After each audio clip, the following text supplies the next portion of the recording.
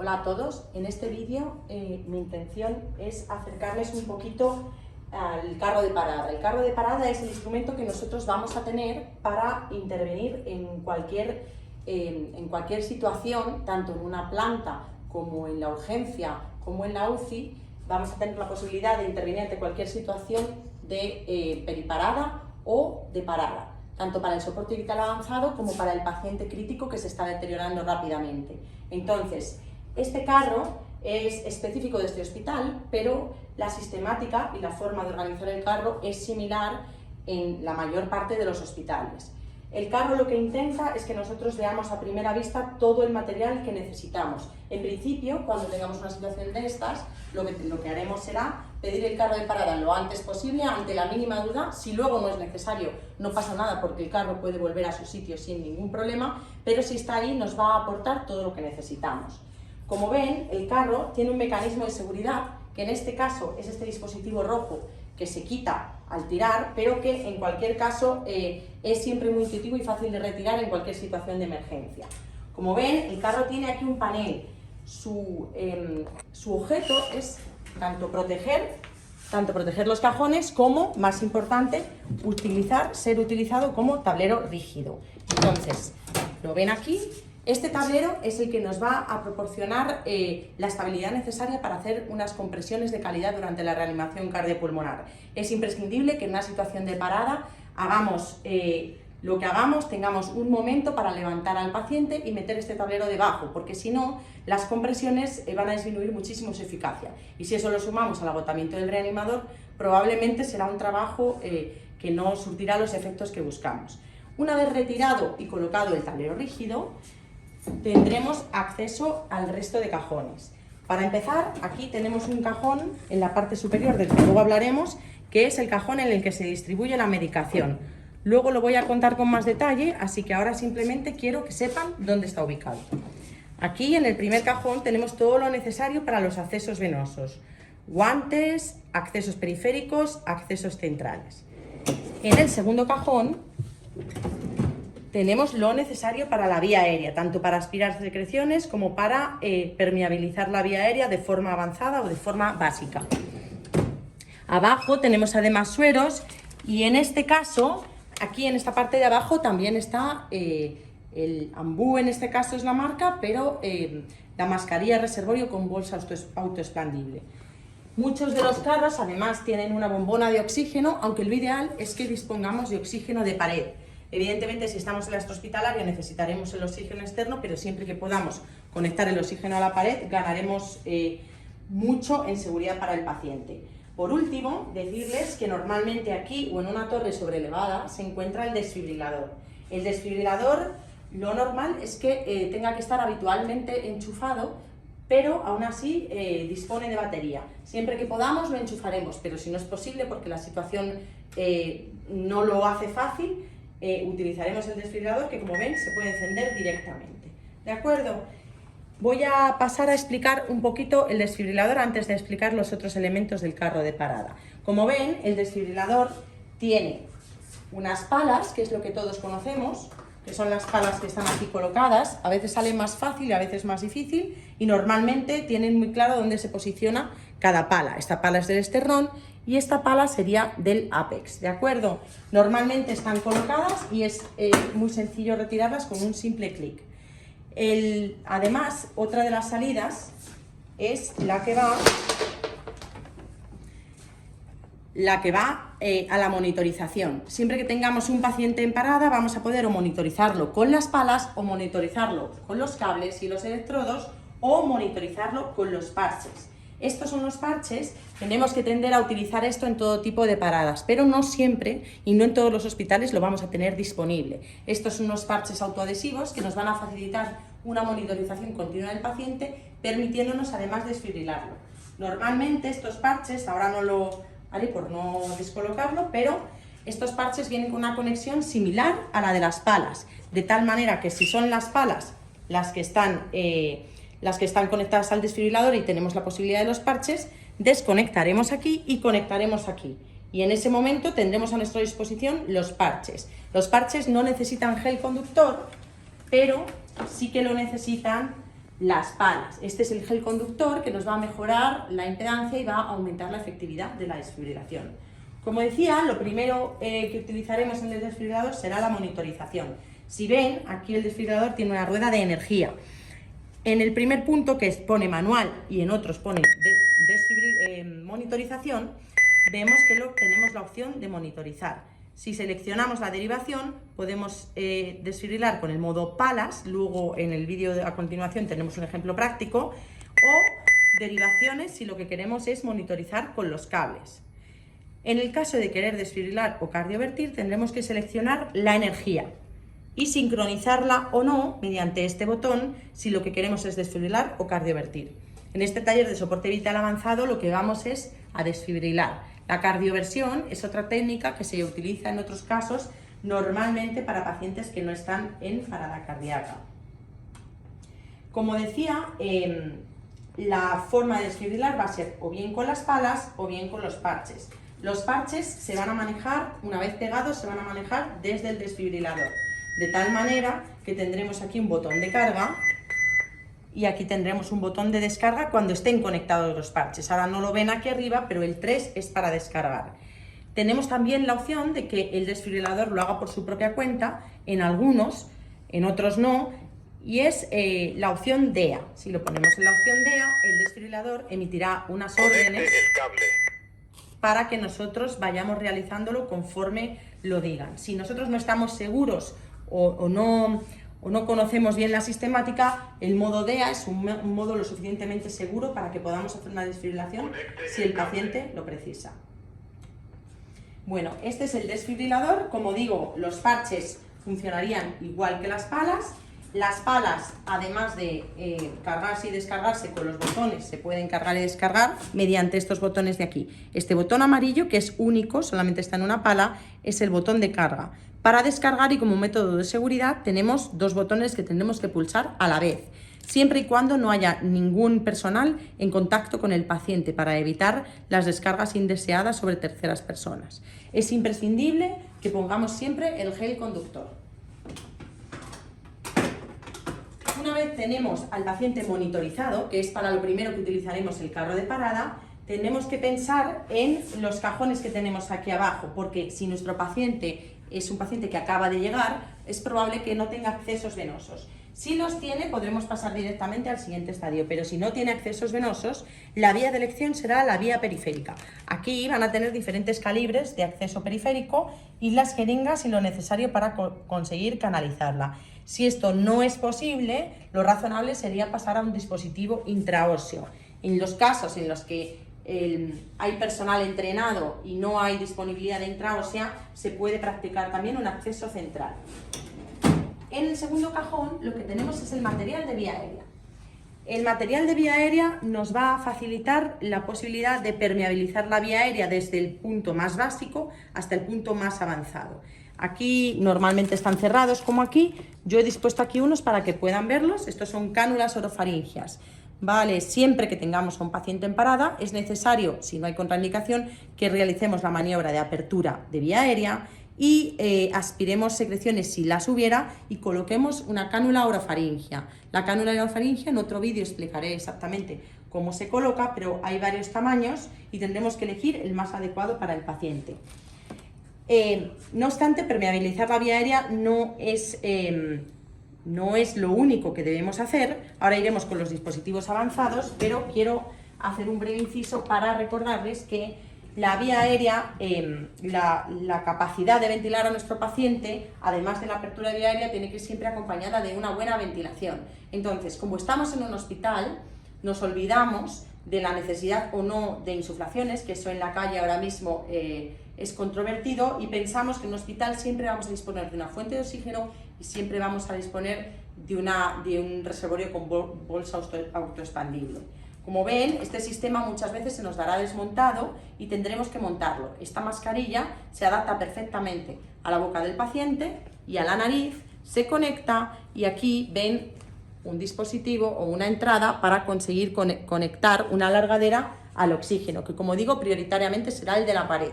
Una vez que lo tengamos colocado, tendremos que aumentar el calibre, el caudalímetro, a la máxima potencia para asegurarnos de que esta bolsa se llena. Si esta bolsa no se llena, probablemente no estaremos aportando el oxígeno deseado a nuestro paciente. Como digo, si nosotros hemos asegurado que el paciente está libre de secreciones, que tiene una cánula orofaringia y lo estamos ventilando adecuadamente según la cadencia 32, podemos estar seguros de que estamos haciendo un buen manejo de vía aérea. Hay ocasiones en las que esto no es suficiente o no es lo suficientemente eficaz y tenemos que recurrir a un dispositivo avanzado de vía aérea. En ese caso, el personal entrenado optará directamente por la intubación orotraqueal. La intubación orotraqueal necesita normalmente de un laringoscopio que viene desmontado, que nosotros montaremos y nos aseguraremos de que aporta la luz suficiente. Entonces, si esto no es así, normalmente va a haber siempre pilas de repuesto, ¿de acuerdo? Lo siguiente que necesitaremos será un tubo orotraqueal. El tubo orotraqueal tiene que estar siempre comprobado, tenemos que comprobar que este balón alrededor del tubo se nos hincha y se nos hincha mediante la inyección de aire por el neumotaponamiento y de que está, si lo precisa, correctamente lubricado. Entonces, si el personal está entrenado y ya lo ha realizado más veces, intentará la intubación orotraqueal cuando se necesite y siempre priorizará la desfibrilación sobre el manejo avanzado de la vía aérea. Pero muchas de las veces, y esto va a pasar con frecuencia, la intubación es imposible o no se tiene experiencia. Si no se tiene experiencia, lo más recomendable es recurrir a las mascarillas laringeas. La mascarilla laringea, esta en concreto es de gel y hay otras que se hinchan, que tienen neumotaponamientos exactamente igual que las del tubo orotraqueal. La mascarilla laringea se va a colocar de forma fácil, no necesita una posición hiperextendida muchas veces la cabeza del paciente y se va a colocar y se va a adaptar perfectamente esta punta a la parte posterior. La faringe de tal manera que va a tener aquí la epiglotis y se va a dirigir de una forma más eficaz a la vía aérea. La conexión no es la misma, entonces para poder conectarlo una vez que tenga la mascarilla puesta tendremos que retirar la mascarilla y conectarla directamente a la mascarilla laringea y entonces insuflar con total normalidad. Muchas veces estas mascarillas no se adaptarán bien y veremos que el pecho no se hincha. Si tenemos dudas, volveremos al paso anterior. En cualquier caso, el personal entrenado para intubar al paciente no tardará en llegar. Por último, quería explicar un poco el cajón de medicación. La medicación que nosotros vamos a utilizar en caso de una parada cardiorrespiratoria es escasa y gran parte de la que tenemos aquí delante no es tanto para el momento de la parada, sino para el momento de la periparada o para el momento en el que hemos recuperado la circulación espontánea. En concreto, para la parada cardíaca, nosotros en el ritmo no desfibrilable lo que utilizaremos será adrenalinas, que pueden venir o bien en pequeñas ampollas o bien, cada vez de forma más frecuente, en jeringas precargadas. Vienen en jeringas precargadas de 1 miligramo para que la enfermera no tenga que perder más tiempo en inyectarlas. No obstante, si vinieran en ampolla, se cargaría 1 miligramo y se administraría en bolos, sin diluir y con suero posterior para empujar la medicación. En los ritmos no desfibrilables se administrará adrenalina, como saben, cada 3 o 5 minutos desde el momento en el que se diagnostique el ritmo no desfibrilable. Y en caso de ritmos desfibrilables, la adrenalina se administrará a partir de la tercera descarga y posteriormente, si sigue en fibrilación ventricular, después de la tercera descarga, administraremos amiodarona. La amiodarona es esta ampolla, ¿de acuerdo? Y normalmente viene en ampollas de 150 miligramos. Administraremos 2 ampollas después de la tercera descarga y una ampolla más a partir de la quinta descarga. Todo el resto de medicación, medicación hipnótica, opiáceos, medicación vasopresores que se utilizan con una duración un poquito más larga como la noradrenalina, atropina, toda esta medicación es para el contexto de la periparada. Muy bien, por último decir que en el cajón último lo que tenemos es material que nos ayuda, por ejemplo, sistemas, sueros para diluir la medicación y un cubo para ir depositando los objetos punzantes. Así que, bueno, en los siguientes vídeos intentaremos explicar un poco más los algoritmos teniendo en cuenta todo esto que hemos explicado sobre los carros de parada. Estos carros que van a estar en cada planta y en la urgencia, en la UBI, en las áreas quirúrgicas y en todo punto que puedan ser necesitados, los van a tener disponibles y son de uso y conocimiento universal. Muchas gracias, hasta el próximo vídeo.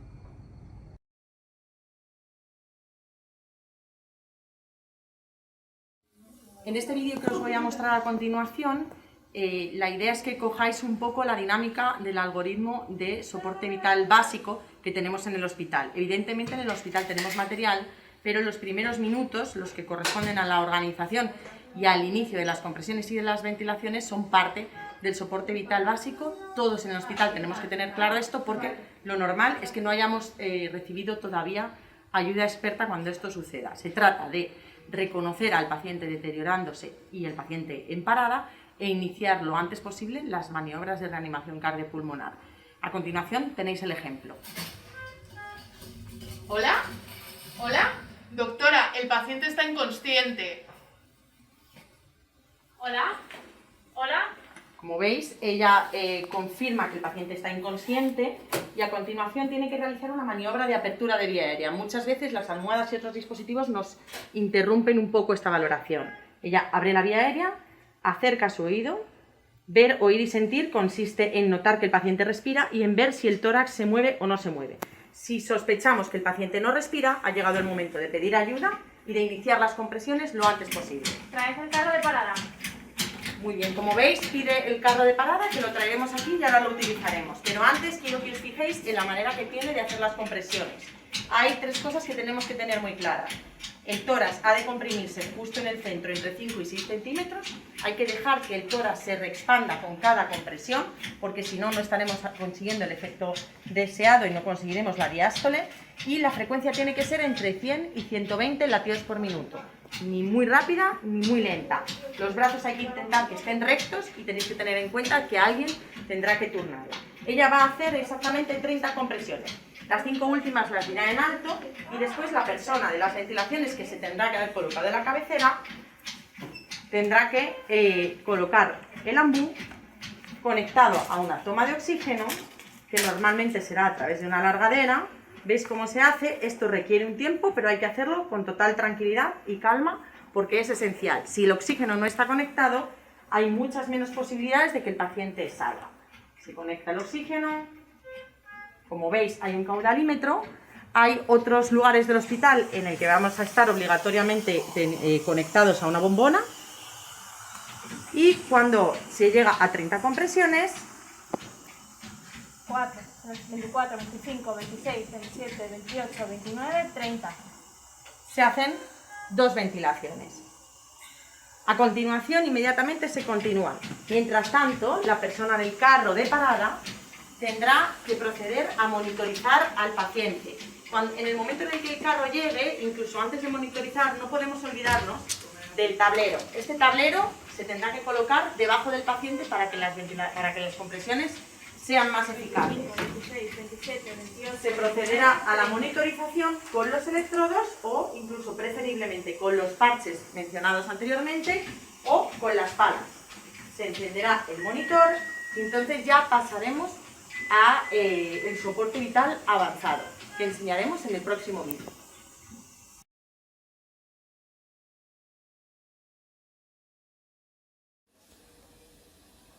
Bueno, como veis, esto sería la parte de soporte vital básico que realizaríamos en el hospital. Compresiones de calidad con tablero rígido, ventilaciones en una cadencia de 32, el que se encargue de la vía aérea cómodamente colocado en la cabecera del paciente y llegaría a la monitorización. En el momento en el que llega el carro de parada a la monitorización y todo el material, estaríamos ya hablando de soporte vital avanzado.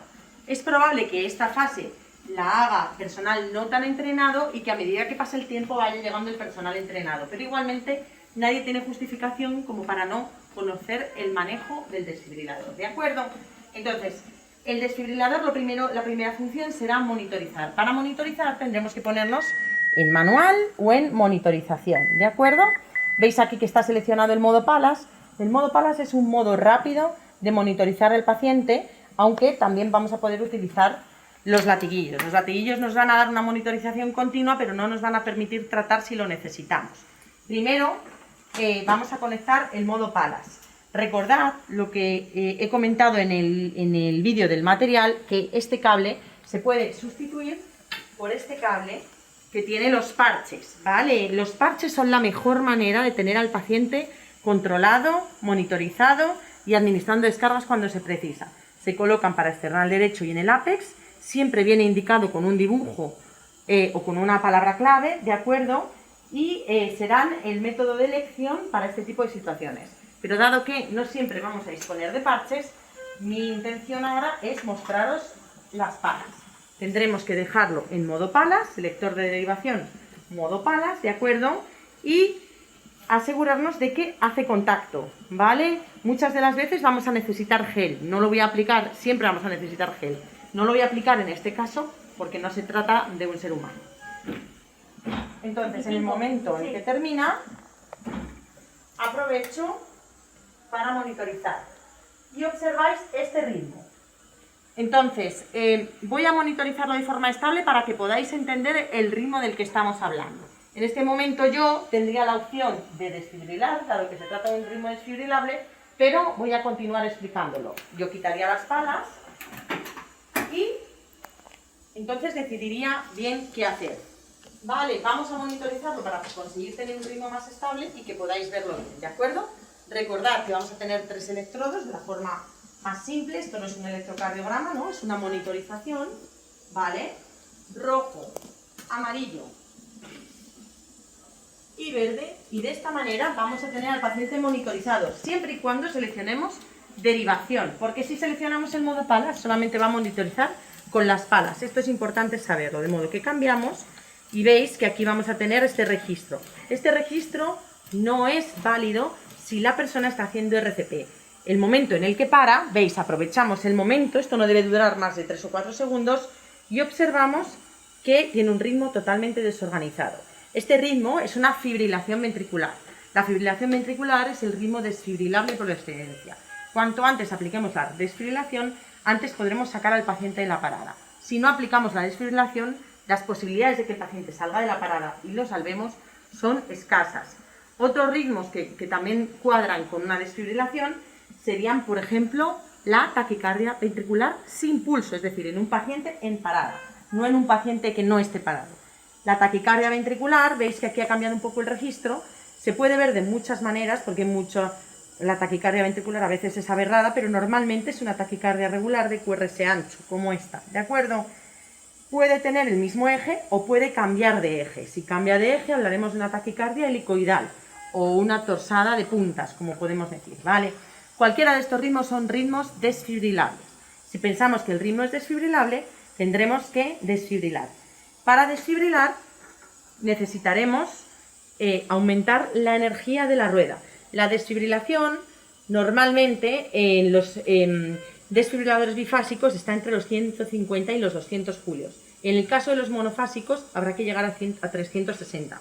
Para que tengáis el truco, si veis que la rueda llega a 360, probablemente hablamos de un monofásico, entonces habría que darle hasta el final. Vale, pensemos que estamos en un bifásico, le daríamos a 150 o le daríamos a 200, ¿de acuerdo? En este caso, como no estamos hablando de una situación real, voy a ponerlo a 2 julios, pero que sepáis que tendréis que seleccionar esta monitorización. Una cosa que no he dicho es que evidentemente el pulsi en este caso no tiene ningún sentido. Nosotros no vamos a tener una saturación de oxígeno porque no tenemos pulso, así que del pulsi nos tenemos que olvidar hasta la recuperación de la circulación espontánea. ¿De acuerdo? Entonces, cogeríamos las palas, aprovecharíamos el momento y podríamos cargar o desde este botón amarillo o desde este, ¿de acuerdo? Voy a cargar desde el botón amarillo, veis que pita, y en el momento en el que ella termine, 28, 29, 30. coloco las palas haciendo todo el contacto que pueda después de poner el gel conductor y le doy a los 2 botones naranjas a la vez y descargo. En ese momento ella tiene que ponerse encima del paciente otra vez sin dar tiempo a que yo vea el rifle y seguir así 2 minutos. ¿Por qué? Porque si yo paro Si ella para y deja de hacer las compresiones y yo me dedico a mirar el ritmo, el miocardio probablemente va, el miocardio, aunque haya ido bien y haya salido de la fibrilación ventricular, estará muy hipóxico y entonces volveremos probablemente a la situación de parada anterior. Así que lo que vamos a hacer es esperar 2 minutos y a los 2 minutos volveremos a ver el ritmo. Y en este caso, ella pararía.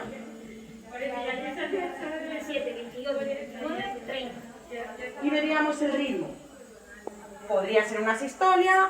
Si fuera una sistolia, cambiaríamos al ritmo no desfibrilable. Si fuera una fibrilación ventricular, volveríamos otra vez.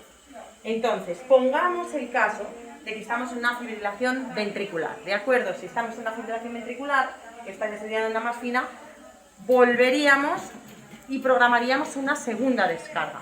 La segunda descarga tendría que ser exactamente igual que la primera, salvo que hubiera elegido 150 la primera, entonces la segunda podría elegir una energía superior.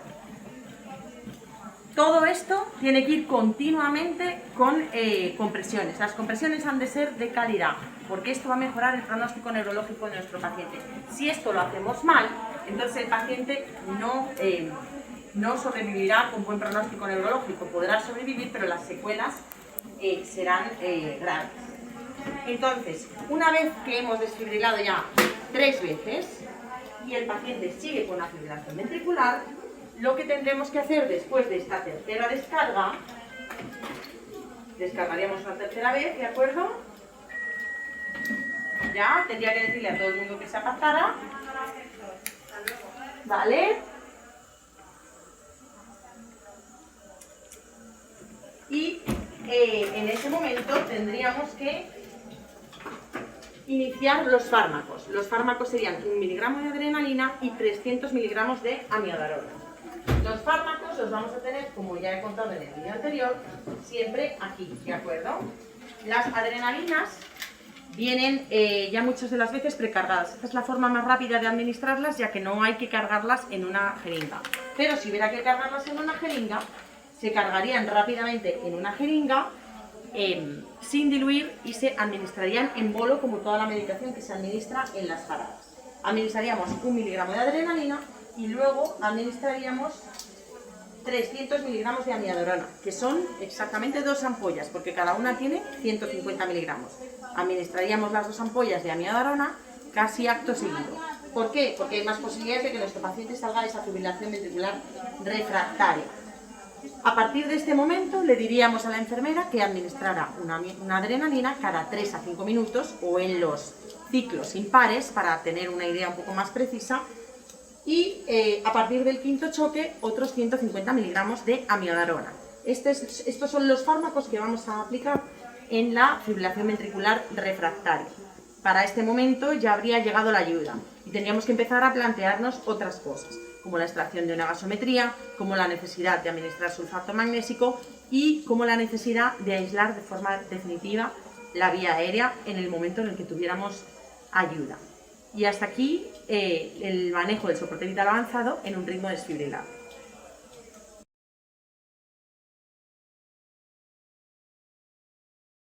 En este vídeo lo que os voy a enseñar es el algoritmo del ritmo no desfibrilable. Nosotros, como ya veis, hemos empezado las compresiones. Habrá una persona que esté con la vía aérea manejándola, dando ventilaciones cada 30 compresiones y otra persona habrá monitorizado a nuestro paciente. Entonces, lo que haremos será, como las anteriores veces, encenderemos el monitor en modo monitorización y observaremos, seleccionaremos derivación, porque en este caso está el paciente conectado con los electrodos y no con las palas, y esperaremos a una pausa de la persona que está haciendo las compresiones para ver de qué ritmo se trata. Como veis, se trata de una asistolia. La asistolia es un ritmo no desfibrilable. Otros ejemplos de ritmos no desfibrilables, por ejemplo, serían aquellos que se denominan actividad eléctrica sin pulso. La actividad eléctrica sin pulso es una actividad que a nosotros a priori nos parecería organizada. ¿Qué es lo que sucede? Que es una actividad eléctrica del corazón, pero no se traduce en ningún gasto cardíaco, digamos. Lo que pasa es que el corazón está con impulso eléctrico, pero no mueve volumen. El paciente no tiene gasto cardíaco y, por tanto, está en parada cardíaca. ¿Cuándo puede suceder esto? Puede suceder en situaciones de hipoxia, por ejemplo, puede suceder en situaciones de hemorragia en las que el corazón está latiendo en vacío, o puede suceder en momentos de la parada muy precoces en las que el corazón sigue manteniendo el impulso cardíaco. Entonces, por mucho que nosotros veamos esto en el monitor, que es un ritmo sinusal, lo que tendremos que hacer aquí será confirmar que nuestro paciente está parado. Para confirmar que el paciente está parado, tendremos que ver, además de que no respira, si estamos entrenados en esto y tardamos menos de 10 segundos, mirar el pulso central, que lo miraremos o bien carotidio o bien femoral. Muchas veces es más fácil femoral porque interrumpimos menos con la RCP. Ante la mínima duda, debemos hacer las compresiones, y en cualquier caso plantearnos que aunque veamos este ritmo, puede ser un ritmo de parada. Tanto la sistolia como la actividad eléctrica sin pulso se tratan sin desfibrilar y se inician fármacos tan pronto se diagnostiquen. Iniciaremos 1 miligramo de adrenalina que repetiremos cada 3 a 5 minutos, o para que sea más fácil en los ciclos impares, y seguiremos haciendo el 32 hasta que el paciente esté intubado. En el momento en el que esté intubado, las ventilaciones se harán una cada 3 segundos mientras se hagan compresiones ininterrumpidas.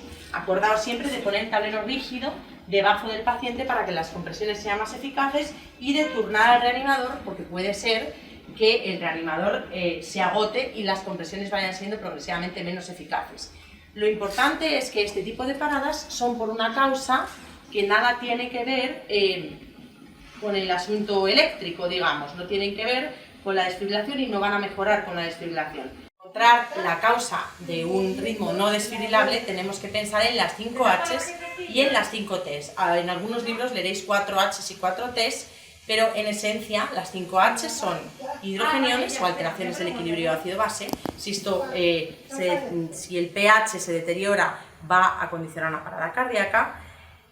La hipotermia, la hipoxia, las alteraciones hidroelectrolíticas y la hemorragia o hipovolemia, ¿de acuerdo? En cuanto a las 5 T's, tenemos la trombosis coronaria, el tromboembolismo pulmonar, el neumotórax, el taponamiento o los tóxicos. Para encontrar todo esto, lo mejor es que sistematicemos la búsqueda, de tal manera que vayamos descartando y tratando todas las causas que podamos. De esta manera, en el momento en el que hayamos empezado los fármacos, además de seguir con las compresiones constantemente, lo que haremos será asegurar la vía aérea y de esta manera evitar el daño por hipoxia. Si aseguramos la vía aérea a la vez que aseguramos los accesos venosos para iniciar la adrenalina, lo normal será que esta causa la solventemos. Luego, lo más práctico es extraer una gasometría. ¿Por qué? Porque la gasometría nos puede aportar mucha información sobre la hemorragia, porque veremos la hemoglobina, sobre los hidrogeniones, porque veremos las alteraciones del equilibrio ácido-base, sobre las alteraciones hidroelectrolíticas y muchas veces también sobre la glucemia, que también influye.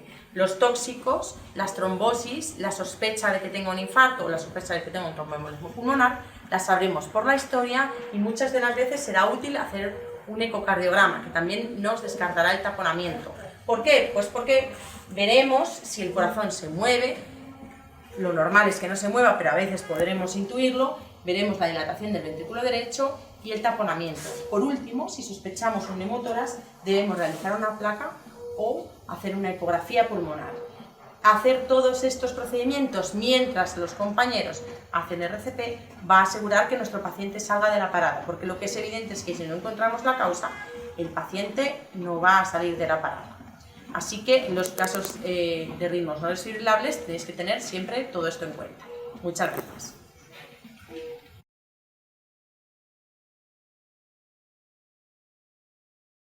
En el siguiente vídeo lo que os quiero mostrar es el manejo de vía aérea que realizaremos en los pacientes en situación de parada cardíaca. El manejo adecuado de la vía aérea es parte integral del soporte vital avanzado. Si bien es cierto que de primeras no es lo prioritario, ya que lo que tenemos que centrarnos en hacer bien son las compresiones torácicas y la desfibrilación precoz. Pero aún así, si conseguimos hacer unas maniobras muy simples que os voy a mostrar ahora, conseguiremos quizá un beneficio mucho mayor para el paciente, y podrá haber casos en los que salvemos la situación y muchas de las veces la causa de la parada, ya que sabéis que la hipoxia es una de las causas de parada de los pacientes. De este modo, lo primero que haremos cuando tengamos a un paciente de estas características es realizar una maniobra de apertura de la vía aérea. Un paciente inconsciente muchas de las veces tiene la vía aérea bloqueada por sus propias partes blandas o por cuerpos extraños que podemos encontrar. De esta manera, antes incluso de pedir ayuda, se recomienda en los algoritmos de RCP básica que se haga una apertura de la vía aérea, ya sea en la vía pública, ya sea en el hospital o en cualquier ámbito en el que nos encontremos esta situación.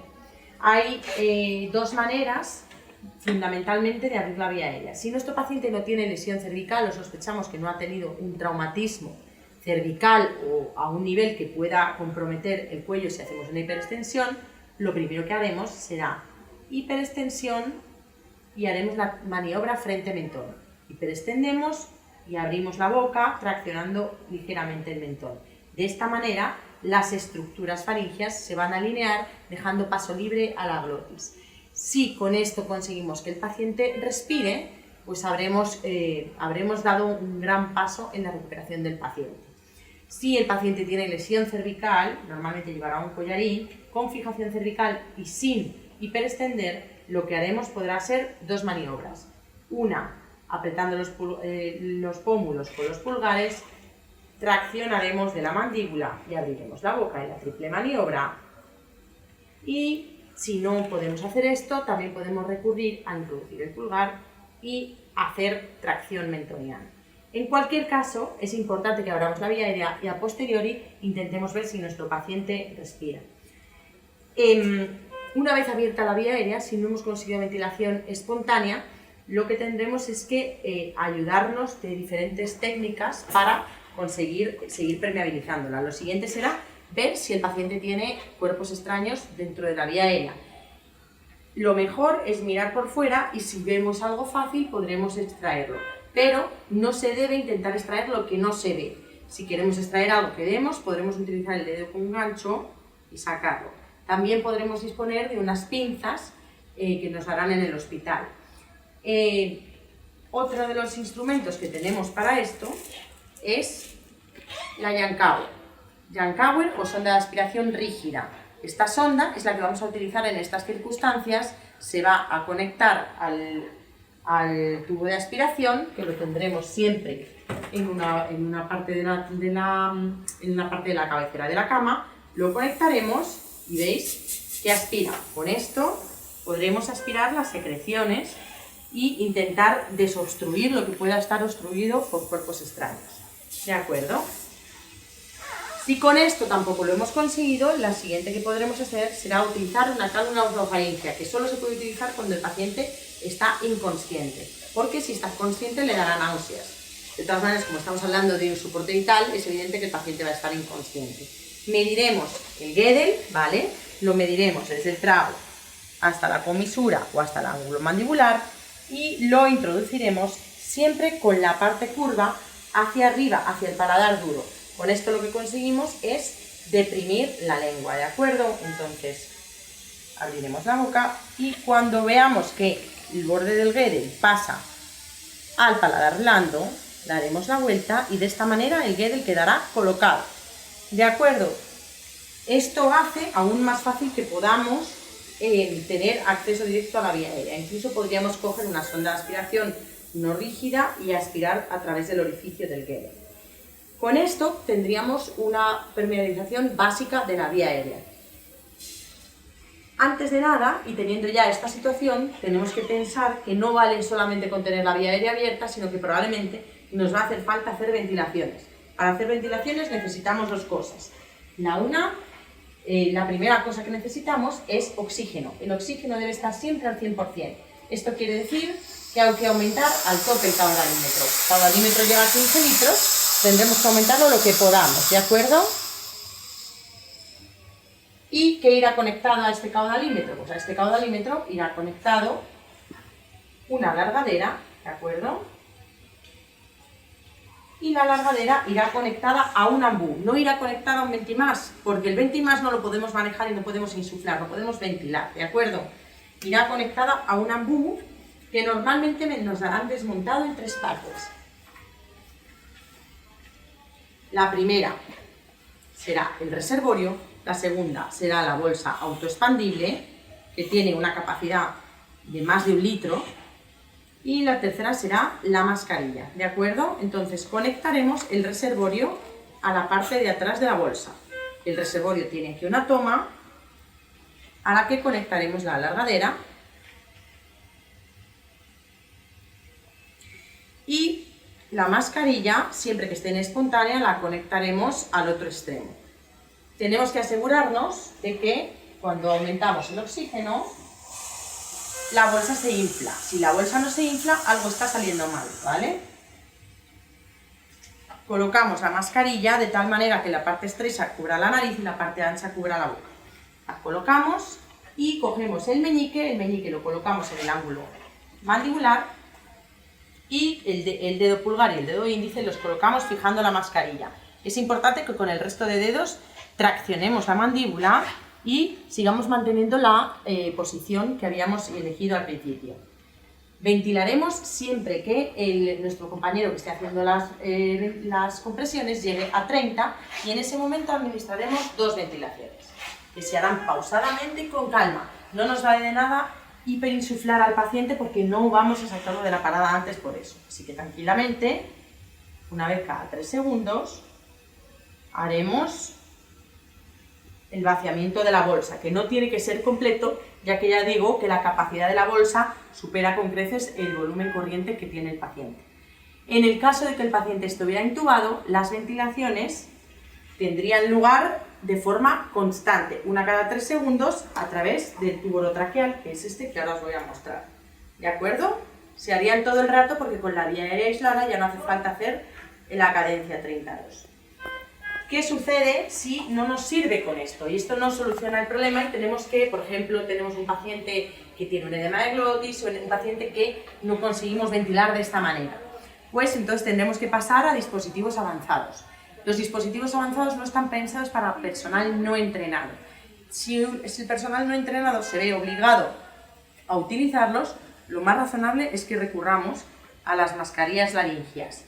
Una mascarilla laringia se va a colocar con el borde sobre la epiglotis y la punta en la parte de la faringe posterior, de tal manera que este agujero irá directo a la glotis. Si lo colocamos bien, puede funcionar muy bien y puede ser un dispositivo seguro para poder ventilar al paciente durante bastante tiempo, por lo menos que cubra el tiempo del traslado. Pero va a haber veces pues, que no consiga colapsar bien las partes que son alrededor de la vía aérea y que no consiga fijar bien. En cualquier caso, lo cogeríamos como un lápiz. Es necesario que lo lubriquemos perfectamente bien, ¿de acuerdo? Se lubrica y se introduce.